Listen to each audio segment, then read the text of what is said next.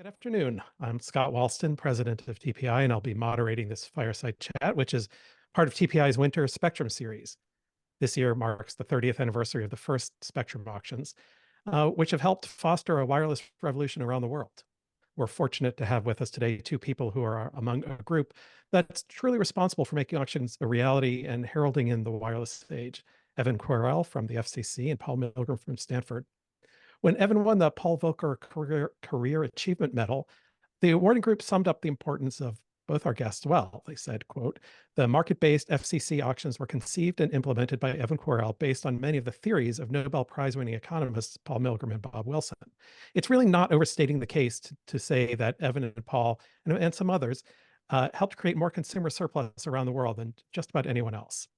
So today we're going to talk about the history of auctions, how we got there, how unique the process was, and where we're likely to go from here, and the challenges that we face ahead. Now, to set the stage a little more and remind people what an enormous development these auctions were, let me take you back to 1994. I was at Stanford working on my PhD then. And at the time, not every grad student had their own computer, so we spent a lot of time in a room in the econ building full of PCs.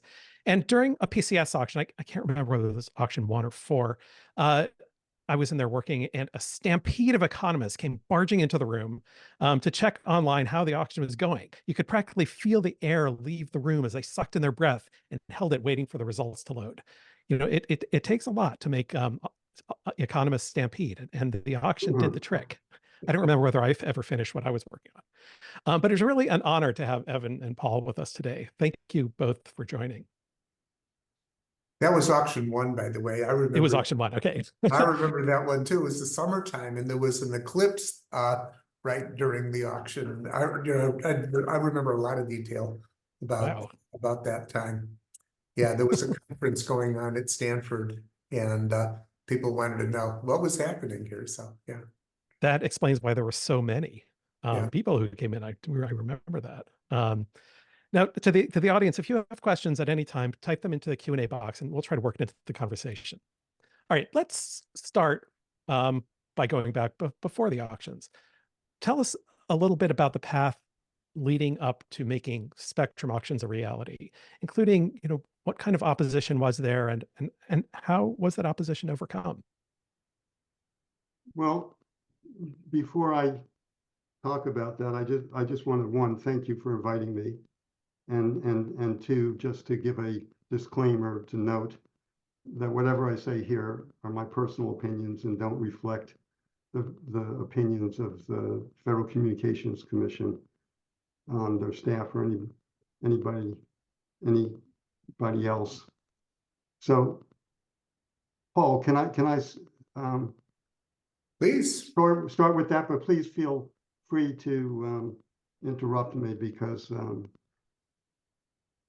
you were part of this. And anyway, so first, you asked about opposition to auctions, and I think the primary opposition, as far as industry groups, was the broadcasting industry. And while I don't think it was ever publicly stated, my understanding was that broadcasters were opposed to auctions, not specifically because they were worried that their spectrum would be auctioned, because there was a good chance all the discussion was that they would be carved out, but they were concerned that the FCC adopting a market-based approach to spectrum management might lead to Congress imposing fees on broadcasters for the use of spectrum. So they didn't, to use whatever the cliche is, they didn't want to go down the slippery slope or have the camel get his nose under their tent, and so they were opposed to it. And I will also note that there were what I would consider policy concerns on the part of legislators, and concerns that you still hear today, and which I think are generally fallacies, but I think they're certainly plausible concerns, and I know that this is the case because we had hearings in 1986 on this, and two issues that came up were, first, if licensees had to pay for their spectrum, there was a thought that they'd have to raise prices to consumers. And they were also worried that somehow that auctions would lead to greater market concentration and warehousing. And I could, try to debunk those, but I think, at least economists would argue that they're not valid. And then, if you want, we can go on back to that. But let me just mention the factors that led to passage of auction legislation. In other words, in terms of overcoming the opposition. And there were two main factors. One was a need for government revenue, and the second was that the existing system just wasn't working anymore. So let me very briefly elaborate on those 2 points, and then I will stop and let Paul chime in, or Scott if he wants to add things. As far as revenue,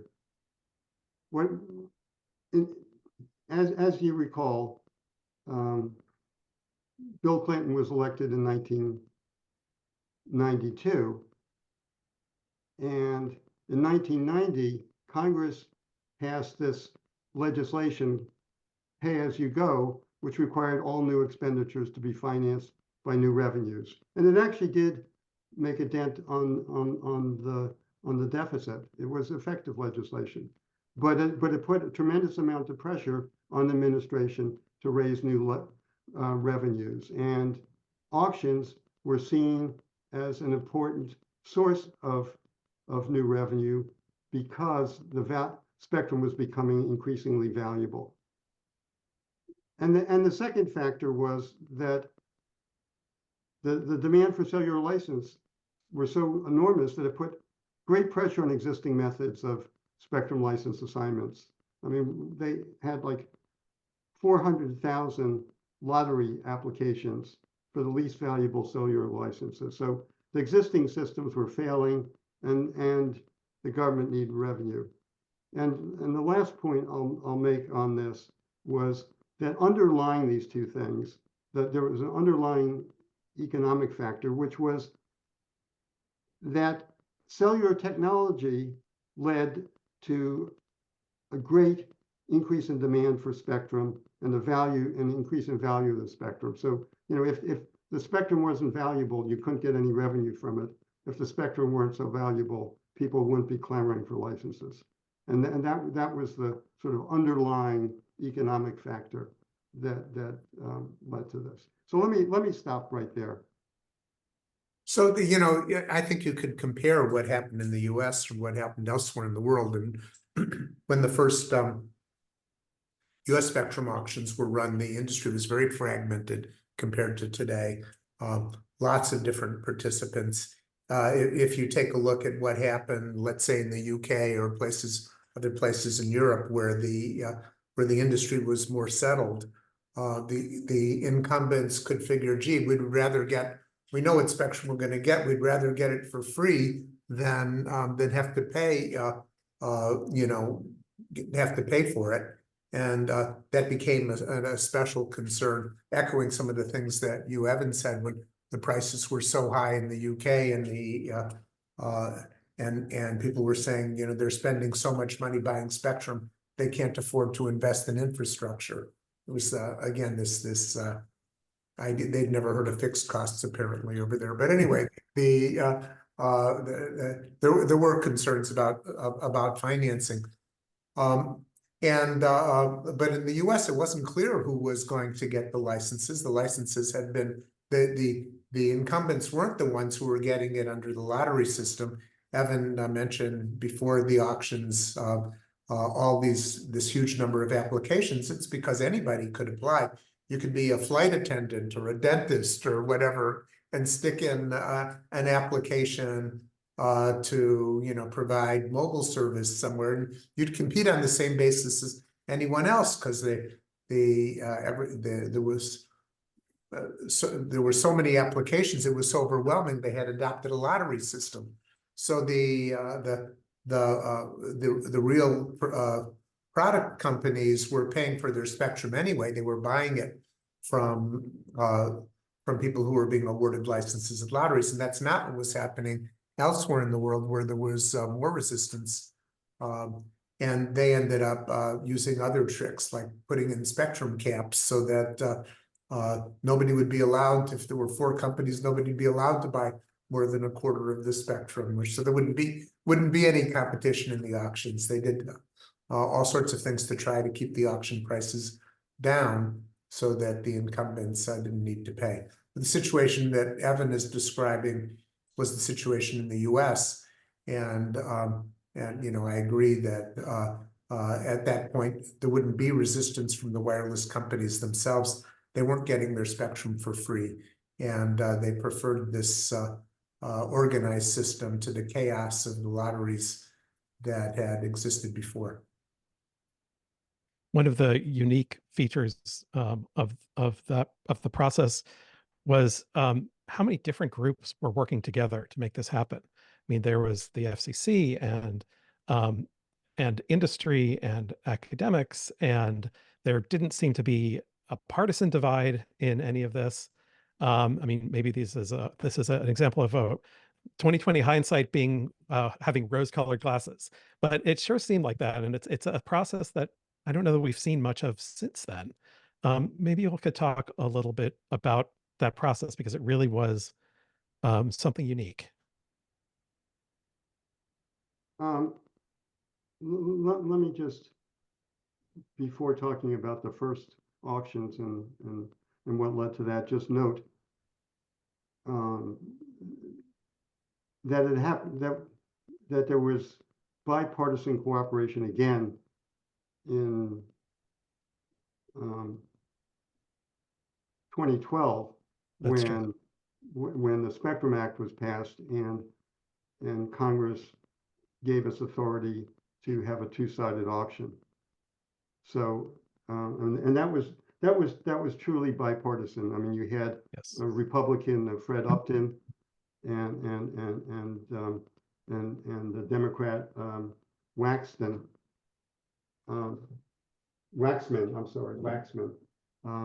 You know, who were both supporting that.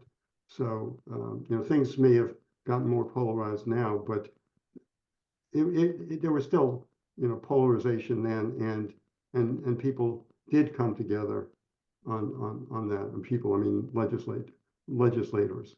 So it was not unique, but it was certainly rare. So can I talk about you know, some of the events that, you know, related to this collaboration that you discussed? Yep. Please. And just in terms of you know, what was special about it, and you know, it was exceptional, but it's not unique. I mean, I think the first thing I would say is that one has to do with who was chairman. You know, when auction legislation passed, we had an exceptional chairman, Reed Hunt, and you know, I will say that I think he, you know, generally, you know, put good policy above politics. I mean, you have to be political or you wouldn't be able to implement policy. But as a general matter, his first priority was, you know, what's the right thing, and he valued economics and he valued economists.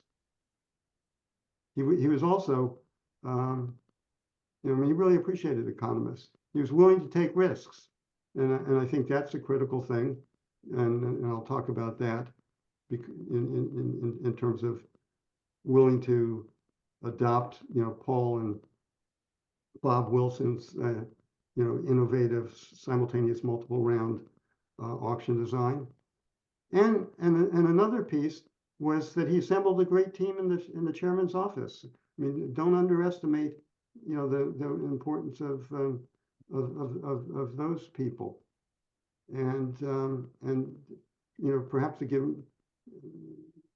me, I don't know, to be immodest, you know, one of his key staffers, Don Gibbs, and the chairman were willing to take a chance on me to figure out how to do the auction design. There wasn't a whole group of people, and you know, it was a risky thing. You know, who's this guy? You know, he talks a good talk. He seems to know what he's doing, but you know, that's, you know, I appreciated that, and you know, of course, I had Paul Milgrom to rely on, so he wasn't taking such a risk. But in any case, okay, so that's the first factor. Is I think we had a exceptional chairman. Well, but wait, actually, I'm gonna go back to that a little bit, because you know, you did have Paul, but you were still going to somebody. There's no reason why at the time Reed would have known anything about auction theory, and so you guys are coming into his office talking about this thing that's completely different, and without any. No matter how smart he is, no reason to believe he would know much about it to begin with. Why was he open to it? They didn't have, the other thing you have to keep in mind is they didn't have an auctions division back then. Right. That's what I was. There was nobody there who you know, sort of was an expert in auctions, and they get this legislation that says run an auction, and they say, well, who here knows how to run an auction? Well, let's give it to what was then the Office of Plans and Policy, and they didn't know what to do. They said, well, let's ask Evan to write something. I mean, Evan writes this notice of proposed rulemaking, which is, you know, he tried to read the auction literature, but he was making stuff up. There was the thing that came out there was that he put out was wild. I mean, it was filled with ideas, and it caused the companies to go out to auction economists and say, what is this stuff? Is this good for us? Is it bad for us? So, you know, I got calls from a couple of companies. Bob got calls, and lots of people who, academics, who you cited in footnotes, which is how these guys even knew our names. I was just some auction theorist at Stanford, and why would anybody call me? How would they even know about me? Well, you cited my papers and footnotes in your notice of proposed rulemaking. So I started getting these calls, and that helped, that created the dynamic that drew in all these academics that ended up, you know, working with you and contributing. You know, Paul, I agree with you 100%. I wrote out some bullet points, and you know, you nailed it. That's exactly, you know, what you got bullet points 2 and 3, and you said it better than I could, and you said it, you know, with more knowledge, because you were there. You were the ones that were called. So, but I do have some, you know, corollaries or additional. I also just want to remind people listening, you can type questions into the Q&A. So I see people raising their hands, but add your questions to the Q&A, please, and we'll get to them. A corollary to one of the points that Paul made, which was that there was nobody else in the agent. There was nobody in the agency. There was no auction division. It was completely new. Related to that was that and Paul, I think, said this. It was done with a very, very small task force in OPP, Office of Plans and Policy. You know, it was not bureaucratic. It was very nimble and had close communications with the chairman's office. I think that made a big difference. It didn't work like a standard large bureaucracy. And my last point, which you can, which is to give some more credit to Paul, that in terms of, you know, how it happened and why it worked, was Paul was committed to working with the FCC to make it work, to refine the design, show how it could work, and make it work. And Paul, could you tell your story about how you paid for the Sure. Excel spreadsheet? So yeah, when we designed this, we came up with this, you know, this simultaneous multiple round design, and there were people out there saying, "Oh no, that's way too complicated. It could never work." Nobody's ever done anything like that. And my client had been financing my trips to DC and so on. But when I said, well, you know, I wanted to make one more trip, I wanted to code it, I wanted to show that it could be done by using the Excel spreadsheets of the day, and have an Excel spreadsheet that a bidder could use to submit bids, and have an auctioneer spreadsheet, and import the data from the auctioneers, from the bidder spreadsheets, and apply the rules and show them, you know, you can do this, it isn't that hard. And the client said, no, they didn't want to spend the money on that. So I hired my own research assistant with my own money, and had that coded. And when the next trip to DC, I had it on one of those little 3.5-inch discs. And when I visited the FCC, I handed it to Evan and said, it works. You can run it on your computer at home. Here it is. And I gave him a 3.5-inch disc that had the 2 Excel spreadsheets that would communicate with each other. The one spreadsheet would, if you put in your bids and you broke the rules, it would tell you, no, you know, that bid wasn't allowed. It wasn't very fancy by modern standards, but anyway, it guaranteed that you would submit only an eligible bid. And it processed the bids and said, okay, it can be done. Yeah, so I think there's, you know, 2 points to that story. One is the substance, that it was helpful, and 2, it just shows the commitment that Paul had to making this thing work. And I think that was critical, because it wasn't like he just dropped it over the transom and it was, you know, born, you know, perfect, you know, immaculate conception or something. You know, I mean, it required refinements, and Paul was willing to work with us to, you know, to address various concerns. I had to answer the it's too complicated stuff from others, and I just had to show you it isn't that complicated. Here, I could do it on my own computer, was what I had to show. Yeah. This is also maybe a good place to talk about how far things have come and how much it's evolved, because the broadcast incentive auction took massive amounts of computing power. So, you know, talk about the development of the complexity of the modeling and how increased computing power has mattered. And because, like I was telling Evan earlier, I think it's now illegal to have any conversation without talking about AI, how machine learning and AI are helping with the simulations and so on. So I can talk about the complexity of that. First of all, the problem was inherently complex, because when you're trying to pack the remaining broadcasters into a fixed amount of spectrum, that's what's called the graph coloring problem. It's a famous problem in operations research and computer science, and it's there's a branch of computer science called complexity theory. This is what's called an NP-hard problem, which means it's very hard even for computers to do this in the optimal way. And so hard that there don't exist any algorithms that are guaranteed to do it fast and actually do it in the optimal way. So, so we ended up, when I made my contract with the FCC to do that, they told me to put together the team I needed. I got Kevin Leighton Brown, who I did some research as to who actually solved problems like this in practice. And Kevin was the guy who's a brilliant computer scientist, and he had a rack of 2,000 processors in his lab at the University of British Columbia that were running experiments on algorithms that would work well for a problem very much like this. That is, they were looking at the graph of television stations as they existed in North America and the interference patterns as it existed in North America. And we knew we would be packing some subset of the existing stations. And so we were generating sets that might arise from the auction and running experiments on how to tune the parameters. And so this was machine learning about algorithms. The machine was learning how to find an algorithm that would run reasonably well in real time for the actual problem that was being solved.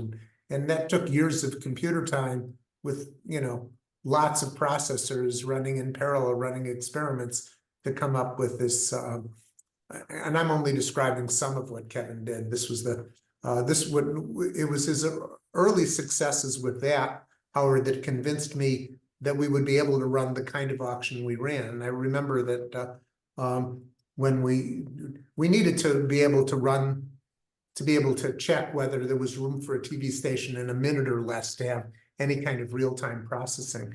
And the median run times when Kevin started were all longer than 5 minutes. And when Kevin was finished with this step, the median runtime, which is median's only 50%. I don't want to exaggerate what the accomplishment was, but it dropped from over 5 minutes to 1/7 of a second from this. And I said, okay, with that kind of improvement, I'm going to anticipate that we will be able to run these things fast enough to actually do. So our auction design was predicated on Kevin being able to get very fast run times, which indeed he did. And it helped the auction run really well.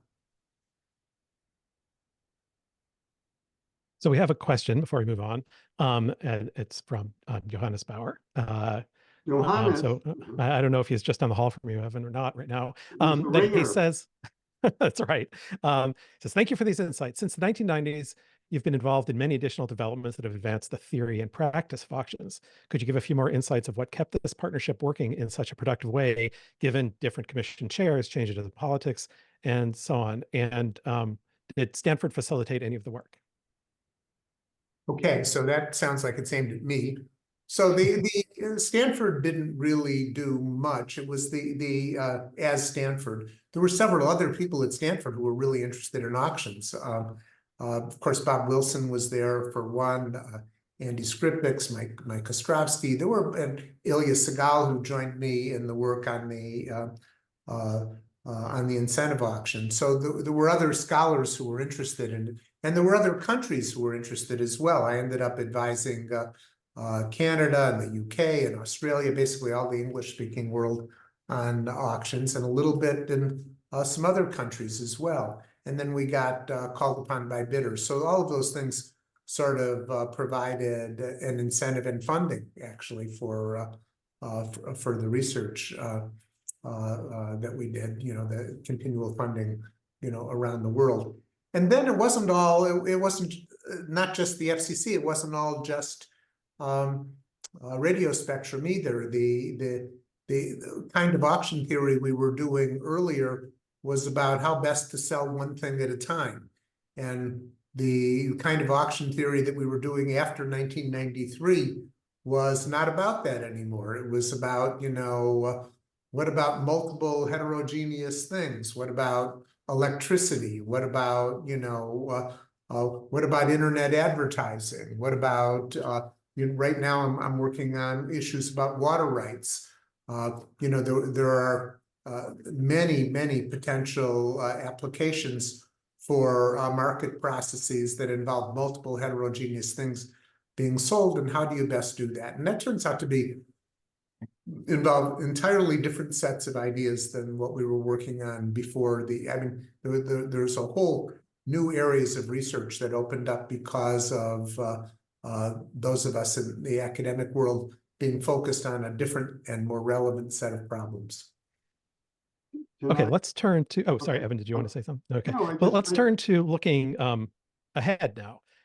So if you read any paper on spectrum auctions, it usually starts off by saying we used to allocate licenses by beauty contest and then by lottery, as Paul noted. And now we've seen the light and we use auctions. But in some ways, we've really just backed the process up a little bit, right? There's still so much of spectrum licensing that's done by beauty contest. For example, the decision, is it going to be exclusive licensed? Is it going to be unlicensed? Is it going to be shared? That's still beauty contest, with every party coming in and lobbying for their preferred view. And I don't mean lobbying in a bad way. That's their job to present their points on this, because we don't have another way of doing it. How can we are there ways to bring market mechanisms into into either that decision? How far back can they go? At what point do we run into sort of an impossibility theorem that someone's setting the rules that determine the outcome? So there's a whole bunch of things that come before you do an auction. The auctions are when the price system if you studied the price system in a graduate economics course 20 years ago, and you read about the general equilibrium theory and how everything about resource allocation could be determined once you had the correct prices, if there were market clearing prices, then you would get an efficient allocation. That was, and many of us learned to think, markets are the ultimate solution for everything, but it's not right. There's nothing wrong with the theory as it exists, but the problem formulation is strange. It starts with with given items, no externalities. With the truth is, in the world there are lots of externalities. You can't have a broadcaster operating on the same or adjacent spectrum to where mobile broadband license is used. The way the property rights are defined, what the overall plan is for the use is not so well decided by a bunch of incremental moves, just trying to improve things. So some amount of planning is needed. And what we've learned to do over the years is to push the boundary a little bit. We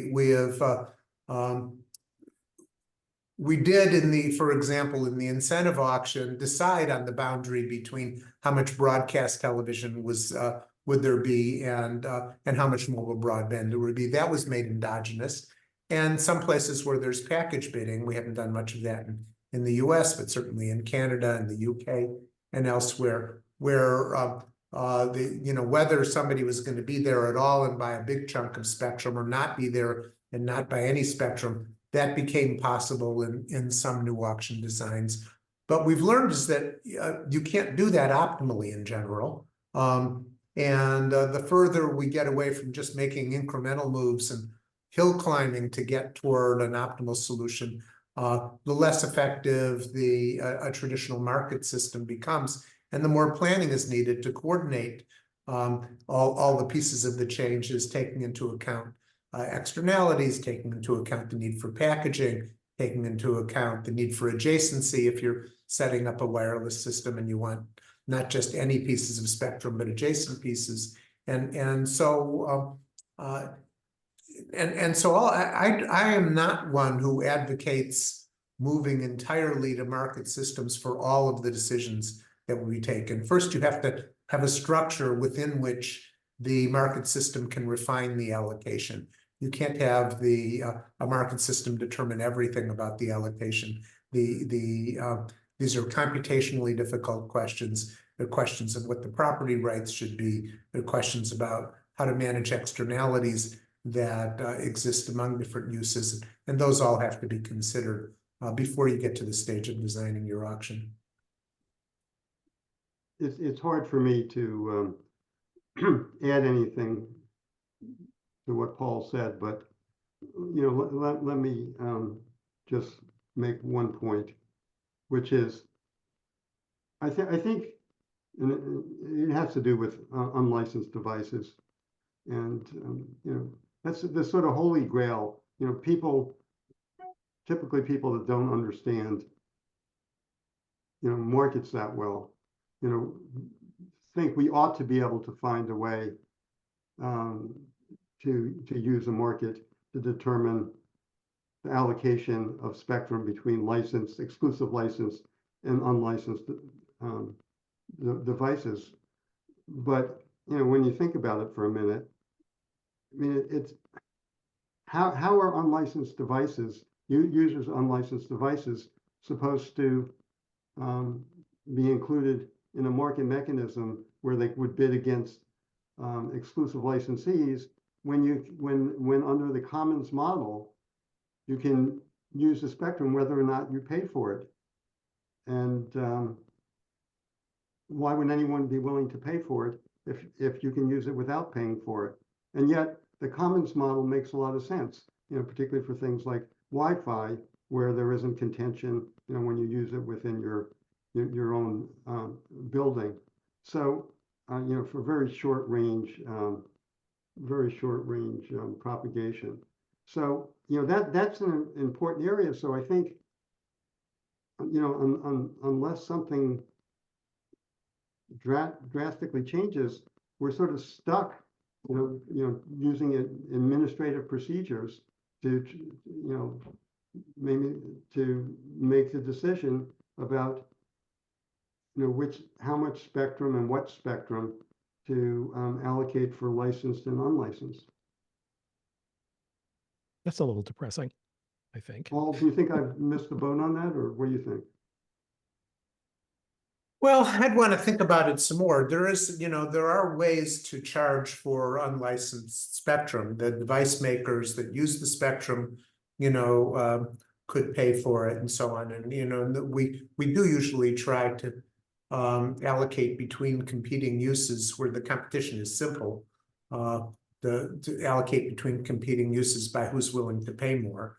And we know that that leads to some amount of inefficiency because there then may be people who aren't willing to pay, and there could be some unused spectrum on that account, but those inefficiencies need to be balanced against one another. So I'm not 100% sure that I agree with you on that one, Evan. I guess it's okay for us to have some disagreement on this in this discussion.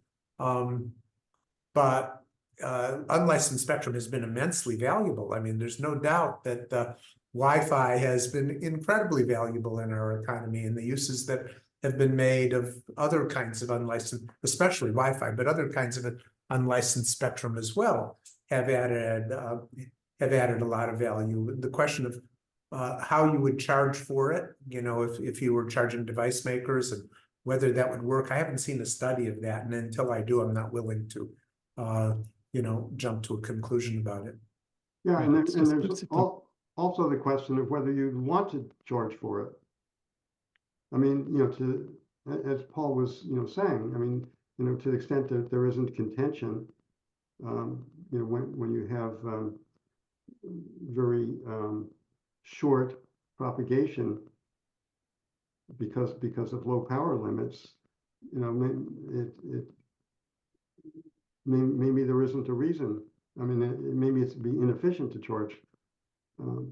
Well, I'm talking about how you decide the boundary, how much of the spectrum there should be, right? And what you'd like to be able to do is say, what's the marginal value of additional spectrum? Right. And how do you get that information except through a market? So one of the things, it has to do with, sort of licensed sharing, where you can imagine, and some other countries have done that, where they limit the number of companies that can use it, and they have to have a license, and that sort of, is sort of a hybrid with this. But if you run it on a commons model where anybody can come in at any time and any later point, it's very hard to see how this could work. And but in any case, this is a deep and difficult question, and I wouldn't put myself up against Paul in trying to figure it out, but I would enjoy talking about it. It's something that I would hope both of you would work on, because that would be another. You can get your second Nobel Prize. Let's go to a couple of questions. And so first hear from David Goldstein at the USGAO, who asks, has anyone looked into whether the winners of spectrum auctions tend to experience winner's curse, i.e. their winning bid was greater than the actual value of the spectrum? And let's broaden that question a little bit. This was discussed a little bit this morning. How do we know if an auction's been successful? So on the first one, there have been some auctions where it appeared, where it appears that the prices in the early days rose to some outrageous levels. I've also, in advising bidders, I know a number of bidders whose statement about the auctions goes something like this. They say, all of us would be better off if they didn't allocate this spectrum at all, because in order to keep up with our competitors, we're going to have to spend money and buy spectrum to stay in business. But our profits aren't going to go up, and if anything, they might go down. And we're spending this money and enjoying no increase in profit. So we do hear that. I have heard that from bidders more than once. So this question about whether they there's a winner's curse Well, there's there's a supply side curse here that these guys have to buy and don't necessarily cover. And yet, when the industry has been so profitable, I take all of it. That's what they tell me, but I take all of it with a grain of salt because there have been enormous profits made in this industry generally. Did I miss some part of the problem question there? No, I was just waiting to see if Evan wanted to add. But if not, we can go to another question from Robert Weller from NAB, and it's good. I was hoping somebody from NAB would ask a question after Evan implicated them at the beginning of the talk here. So he notes that the incentive auction was possible in part because the supply side broadcast coverage was static. Are we now at a point that alternatives could be proposed to sellers by the black box to get to perhaps more optimum results? I don't understand the question, really. I don't understand the question. I'm not either. sure I do. Bob, either. can you explain that better? Yeah, so maybe Bob could type that again. But we have another question. Have there been developments in spectrum auctions internationally that have surprised you and you think we should try?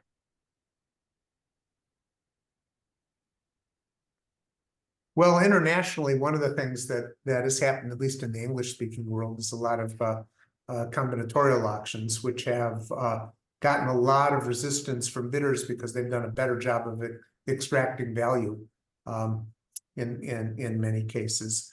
Another thing that's happened internationally are these spectrum caps, which have a whole mix of effects.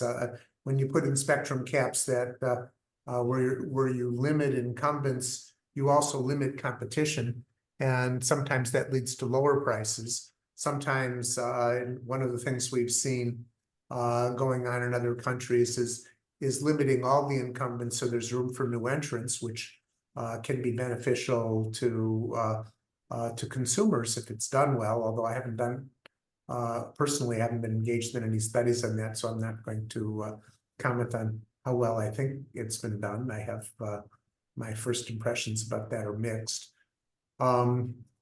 What else has gone on internationally? I guess, those are the two big ones. What do you think, Evan? I think that's right. And the combinatorial clock auction is pretty controversial. It's definitely not beloved by many bidders. And maybe it's true that it extracts more value, but at least the claim is that it's also quite confusing in terms of that the results from the clock phase and the results in the combinatorial phase can be very different, and people are surprised, and there can also be budget constraint issues, as I recall. But so yeah, that's I had wanted to. Well, Paul knows that I was very interested in seeing if we could develop a combinatorial auction, and ran several conferences on that. It's all I will say is it's a really hard problem. Yeah, it's where I began to come to understand that markets were not the final solution to everything, but again the need to use assets in combination, limited specialized assets in combination, that's not something that markets are necessarily good at. That takes some amount of planning. The question is, there's still questions about who should do the planning, what the role of government should be, whether there are other agencies that or entities that might be involved. But it isn't just a matter of trading at fixed prices that gets you to a good outcome. Oh, okay. So Bob Rape types the question. The broadcast coverage, the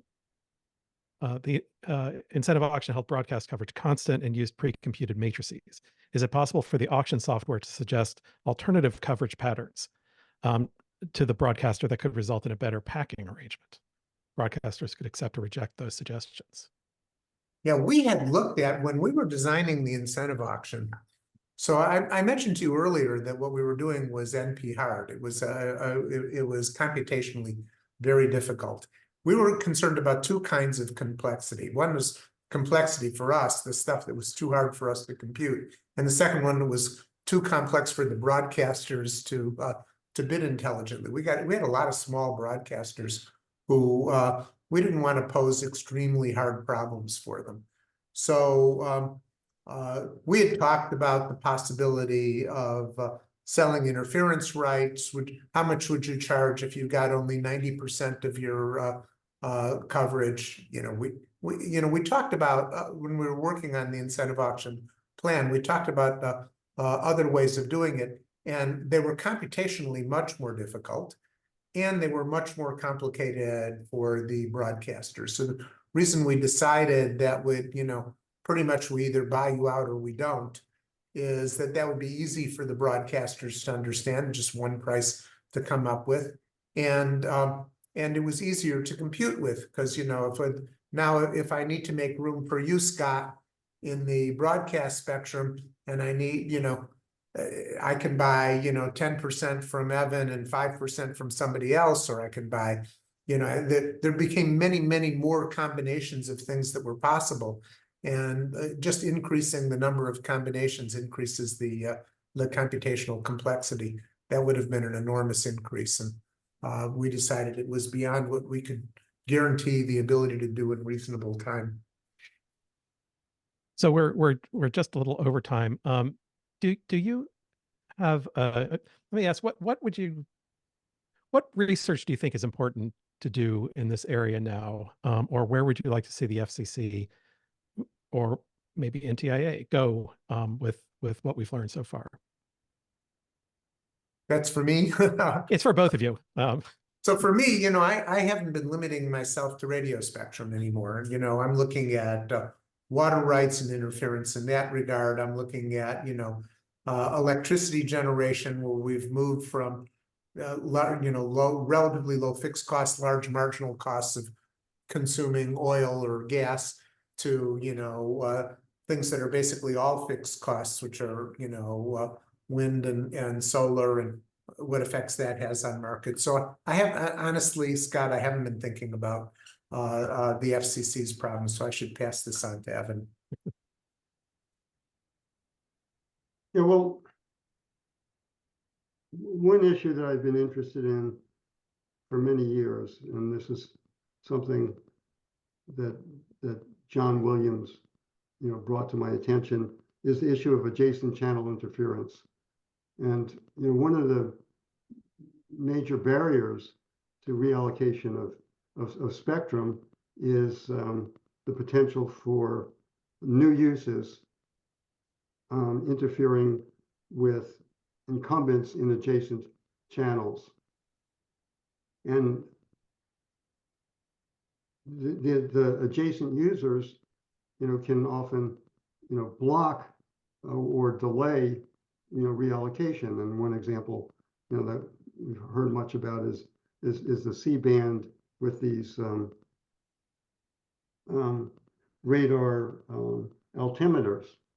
The question that I have is, is there any market mechanism that could be used to compensate incumbents with legacy systems for a reduction in interference rights?